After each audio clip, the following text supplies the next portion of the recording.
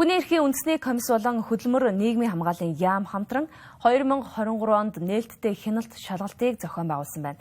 Хяналт шалгалтаар хөгжлийн бэрхшээлтэй хүүхдийн эрх зөрчигдөж, тогтолцооны гадна орхигдож байгааг дурдсан байна. Тухайлбал байнгын асаргаа шаардлагатай хөгжлийн бэрхшээлтэй хүүхэд уналт таталтын эсрэг эмийг эмчийн жороор өдөр тутамдаа хэрэглэх ёстой ч эмийн нөөц, татан авалт болон Монгол улсад бүртгэлгүй эм зэрэгээс шалтгаалan эмээ тогтмол ууж чадахгүй байх нөхцөл үүсдэг байна. Уналт таталтай буюу эпилепси оноштой байнгын асаргаа шаарддаг хүүхдүүдийн хувьд тогтмол эмчилгээ нь амьдралын жанрыг хадгалах, амь насандад шууд хамааралтай чухал асуудал.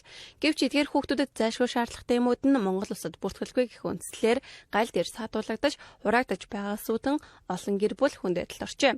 2023 онд Хүний эрхийн үндэсний комисс болон хөдөлмөр нийгмийн хамгааллын яам хамтран хийсэн судалгаагаар байнгын асаргаа шаардлагатай хөгжлийн бэрхшээлтэй хүүхдийн зайлшгүй шаардлагатай эм тарианы хүртээмжийг байдлыг хандаж үзэхэд судалгаанд оролцогч 82.7% нь хүртээмжгүй, 17.3% нь хүртээмжтэй гэсэн судалгаа гарчээ. Байнгын асаргаа шаардлагатай хөгжлийн бэрхшээлтэй хүүхэд уналт таталтын эсрэг эмийг эмчийн жороор өдөр тутамдаа хэрэглэх ёстой хэдий ч эмийн чанар, нөөц, татаавалт, бүртгэл болон орон нутагт шууд түгээдэггүй зэрэг шалтгаанаар эмээ тогтмол ууж чадахгүй байх нөхцөл үүсдэг байна. Тэгээ хуулийн үгэндээ болохоор манай хүүхдээ уналт таталтын цэцэрлэгтэй юм бол байгаад байгаа байхгүй. Тэгэхээр тэгсэн хэлний чад хүмүүсд гэрээ хийхгүй, нэмээ чангууд нь гэрээ хийхгүй гэдэг журмаар ерөөсөө өнөдөө олох боломж байхгүй.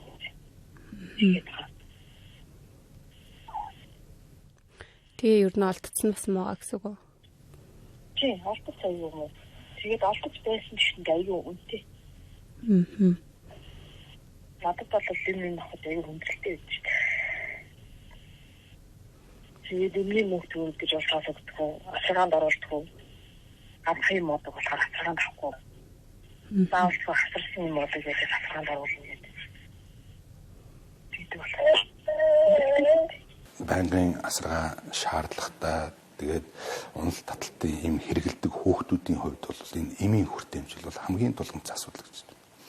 Тэгэхээр энэ эмийг хэрэгжилж чадахгүйгаасаа болоод нөгөө таталт нэгсдэг, булчин сулардгөө, тэгээд одоо өвчин шаналт одоо ордог ийм одоо нөхцөл байдал байгаа. Тэгэхээр энийг уг нь бол бид нэр шийдэх боломжтой байгаа.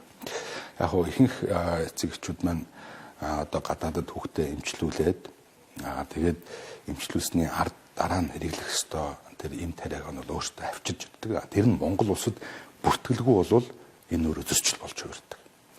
Тэгэхээр энийг яаралтай гормоор одоо оруулдаг, бүртгэлжүүлдэг ийм одоо механизмыг л бий болгох шаардлагатай байна гэдэг ийм саналыг бол комисс бол гаргасан. Тэгвэл хуулийн дагуу улсын эмийн бүртгэлд ороогүй эмийг оруулж ирэхэд тодорхой журмууд хэрэгжих ёстой. Гэсэн ч эдгээр эмүүд нь дэлхийн олон улс оронд батлагдсан эмчийн жороор зөвхөн хэрэглэгддэг ховор хэрэгцээтэй эмүүд байдаг тул Монголд хэрэглэгч 100 бүртгэлд орох процесс төвхтэй удаан байдаг байна. Одоо яг энэ эпилепситэй хүүхдийн асуудал бол одоо ингээд нэг хүүхэд яг өөрийнхөө эмийг оруулж ирэхээс гадна бусад яг ижил төстэй одоо өвчтэй хүүхдүүдийн эмийг нэг хүнээр одоо байгаад ингээд орж ирэх асуудал гараад байгаа байхгүй юу? Яг ингэхээр бол энэ хуулиараа болтгүй.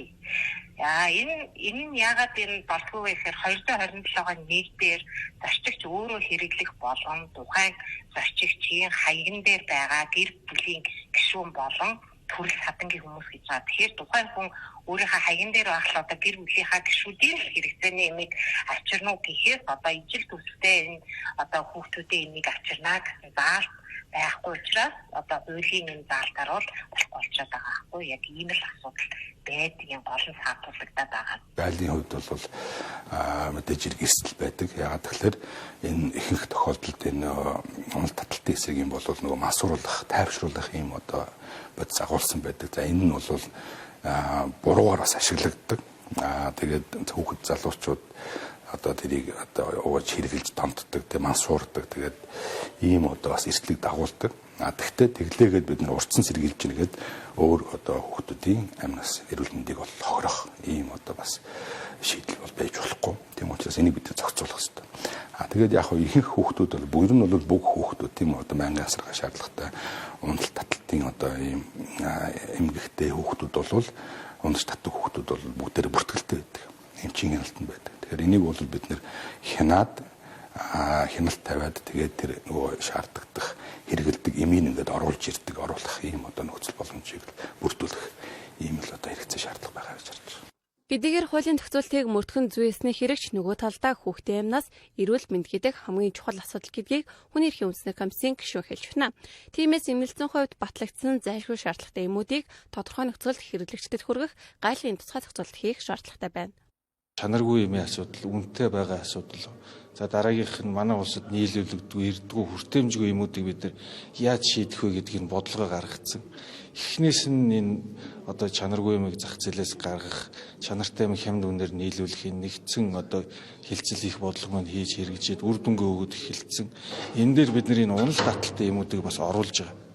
Бүгдийг нь улсын хэмжээнд чанартай хямд үнээр оруулж ирээд тэгш хүртээмжтэй байлгах. Альж аймагт, альж суманд ижил үнээр тэр юм тариануудад бүгд хүртээмжтэй байдлахын бодлого маань эхнээсээ хэрэгжээд явж байгаа. Шууд нэг дор бүх юмыг бид нар хангах энэ боломжгүй бид нар төлөвлөлтөй гаргацсан үе шаттай явж байгаа. 26 оны төгсгөл гэхэд ер нь манай улсад энэ чанаргүй эмийн асуудал, манай улсад одоо зах зээл дээр байхгүй байгаа эмийн асуудал маань бүрэн шийдэгдэнэ гэдэг ийм төлөвлөгөөтэй ажиллаж байна. Тиймээс уг асуудлыг заавал хуулиар зохицуулахаас гадна энэ тэргуунд гайлын тусгай журам боловсруулах, унал таталтай хүүхдүүдийн мэдээллийг нэгтгэж тэднийг эмийн хэрэгцээгээр хангах шаардлагатай байна.